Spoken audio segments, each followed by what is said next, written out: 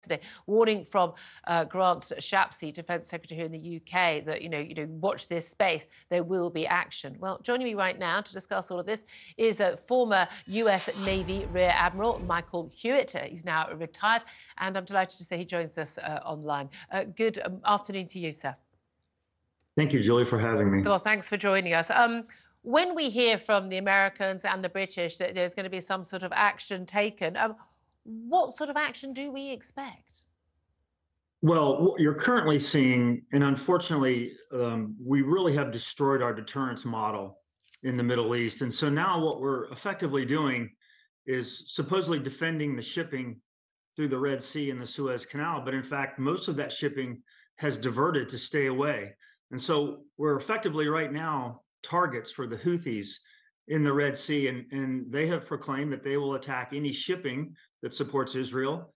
And they've also said they're attacking US and UK military vessels in retribution for some of the attacks that we've made on their leadership, and going all the way back to the killing of Soleimani back in 2019. Well, I mean, this is the thing, is that, we know that virtually everything that's going on in the Middle East right now has got, Iran's fingers all over it, whether it's funding Hezbollah in Lebanon, whether it's funding Hamas in Gaza, or funding the Houthi rebels in Yemen. There is this real fear about the Middle East tensions escalating further. What's if the US and UK do take action, is that a big risk? Well, I think first we need to recognize that escalation has already occurred. Yeah. This paralyzation of maintaining escalation at a minimum, or de-escalating, or proportional response, that ship has sailed. We now have these proxy networks that are being funded, intelligence provided, infrastructure provided, these Iranian proxy networks with Houthis, Hezbollah, and Hamas attacking at will. Our shipping, our commerce, our military. There's been over 120 strikes on US forces in the region since the attack on Israel. I think we need to recognize, first and foremost, escalation has already occurred. Yeah. We need to establish what we call escalation dominance. And the only way to do that is to recognize, first, that this is all coming from Iran. And second, we need to stop shooting drones from the sky and take out the infrastructure, the command and control, and the systems that are actually firing those drones from Yemen. How likely is it that we can actually do that, realistically? Oh, absolutely. We could take out the majority of the Houthis' infrastructure in Yemen in about a 24-hour period if we decided to do such. And I think that's important for us to first tell the Iranians, this is exactly what we intend to do. We now have the UN, we now have Grant Shapps, we have Tony Blinken. Everybody's using this language. It doesn't matter unless we back it up with action. Okay, I mean, that's the thing. We saw that, especially with Americans under Obama, this red line, a chemical weapon attack in Syria by Assad on his own people. Then there was the chemical weapon attack, and no action was forthcoming. And really, that was a real turning point, I think, for the world in terms of leaving a vacuum of action by the West, particularly by the US, and which was filled very quickly by Russia. And we were seeing, vacuums being filled very quickly by China in other parts of the world, and Iran in the Middle East. Well, Julia, you've reported on this in the past, and I would actually take it further back to the origination of the Iran nuclear deal. Because once that deal was orchestrated by Obama with the support of the UK and others, we really put the Iranians on a position of strength, and we were in a position of weakness to keep that deal alive. Yeah. And in fact, what do we have today? We have an Iran on the brink of a nuclear breakout because of the Iran nuclear deal, and they're now flexing their muscles through their proxy networks. So it really goes back to the JCPOA, followed by the Syrian Red Line, then, of course, the abandonment of Afghanistan, which created the invasion of Ukraine. These things all connect to each other. And we will tell you right now that it's Russia and China that are fueling the Iranians, who are then fueling the proxy networks. Yeah, I mean that's the thing. It always goes back, doesn't it, to this old phrase, this axis of evil. Can I ask you also about the move by South Africa to bring a case of genocide against Israel at the International Criminal Court? This obviously, Israel has denied this is the case, but this case being brought.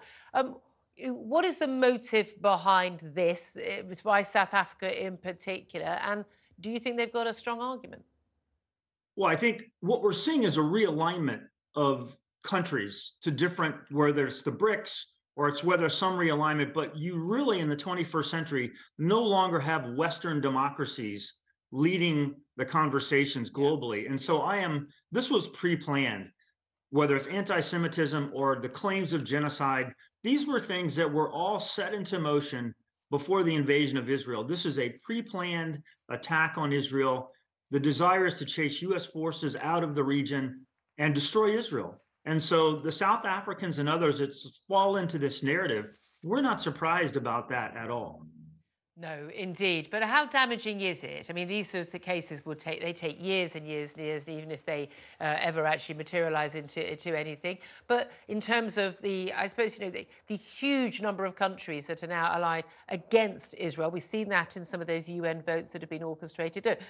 Any reasonable moral person will be horrified at the deaths of so many civilians in Gaza, particularly with such a young population, so many children. Some say this awful phrase, that's just, collateral damage. Sadly, in war, children die, innocent people die. It's a terrible thing. But there is so much focus on this, so many people who are concerned about this, and certainly we know the US and other Western governments are being very much forced to continue focus on this. Meanwhile, by the way, children dying in other wars in other countries, pretty much no one's bothered about, it would appear, very strangely. So only when Israel's involved. It is a tragedy. It is a terrible thing. Is it a war crime, though? Is it genocide? Well, they're obviously going to attempt to claim that in the criminal courts and in the UN, but in reality, if you look at what's happening right now, this was pre-planned. This was set up. The amount of anti-Semitism that we saw on the very day of the invasion of Israel was completely out of control. That was preset. This is an information operations war as much as it is a kinetic fight. Israel must continue to be resourced to destroy Hamas. Anything short of that, and Hamas will win, and we will be dealing with this issue at a much higher level very soon. Yeah, I absolutely think so. Can I ask us just one final question? Extraordinary story where in Sweden, apparently, a huge number of people have been incredibly worried by a warning from two top defence officials that people of Sweden should prepare for war. Civil Defence Minister Carl Oskar Bolin told a defence conference there could be war in Sweden. He was then backed up by the military commander-in-chief, General Mikael Biden, who said all Swedes should prepare mentally for the possibility. The former Prime Minister Magdalena Andersson told Swedish television that while the security situation was serious, it's not as if war is just outside the door. Now, this, of course, won't relate to the Middle East war. This will relate, of course, to the threat, I believe, from Russia, the concerns over how the Ukraine war is going. But Sweden, Finland in particular, Finland have been invaded by Russia before. A lot of the Nordic countries, this is a very real issue for them. It's why they wanted to join NATO in the last year. How concerned should people be about war spreading to even Western Europe? Well, I think we should be very concerned about, first off, is Putin winning or is the West winning in Ukraine? And right now, with this stalemate of the kinetic fight, you're watching an escalation of what we would call the information operations space, cyber, EW, psychological operations to destroy the political will of the West. That is Putin's intention. But in fact, if he does gain the high ground and has victory in Ukraine, the Baltic states are next in line, particularly Estonia, Latvia, Lithuania. And I think he will challenge NATO and NATO's resolve. And so I am not surprised that there are warnings such as this coming from Sweden. Okay, really interesting to hear that. Thank you very much indeed. Pleasure to speak to you. He's a retired Rear Admiral Michael Hewitt of the US Navy there.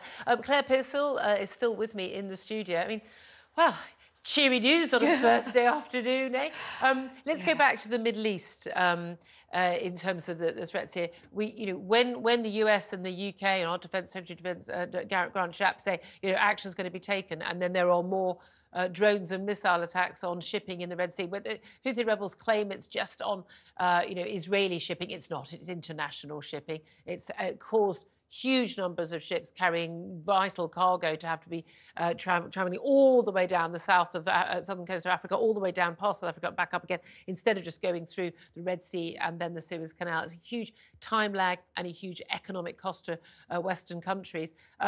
when they threaten action, they have to then deliver on it, don't they? Well, they do, and we've been talking this morning about how you parent, and it's the same principle. If you are going to threaten something, you have to carry it out. If you do this, then this will happen. Absolutely, and it's the same premise. I don't think you can look at it in any other way. If you are going to make those threats of action, you have to follow it through, because otherwise they're just going to look at you in the UK and say, well, you said it last time. There's a lot of talk that this is Iran just testing the waters to see, well, OK, how much support will there be? Again, same with Hezbollah attacks from Lebanon. Again, all funded by the Iranians. Those attacks, how far will Israel go? How much support does Israel have in the US and the UK? And we've got the same situation, I feel, as we've got with Ukraine, which everyone talks a good game, and everyone gets a bit bored. And again, we're going to be talking later in this hour about the Republican primaries and what's happening there, depending on who does get the Republican nomination. If it is Donald Trump, a man who says, well, none of these wars would be happening if it wasn't for me. Well, no, because you literally wouldn't give Ukraine any help. They'd have gone under immediately. They would be part of Russia. And there is a real concern about, the West's willingness to fight. I know the Germans late on board with Ukraine, but now got their act together and are now, they're the ones calling for other countries to sort of help Ukraine more. But, if we're not going to stand up to Iran, to Russia, to China when it comes to Taiwan and elsewhere, we are going to hell in a handcart, aren't we? We absolutely are. And a lot of the conflicts that have happened, as you said earlier, are down to us meddling in the Middle East and things that we don't really understand and needed to have got involved with. And Afghanistan is one of those places. Look at what happened with the withdrawal. The Americans left us high and dry. Yep. We then, in return, have left people that helped the United Kingdom high and dry, and the situation out there is appalling. And that is a hotbed for those individuals who wish ill on the West to take hold. And you can see it spreading. Iran are treading a very fine line here. They are testing the water. They want to see how far we'll go. We need to give something back.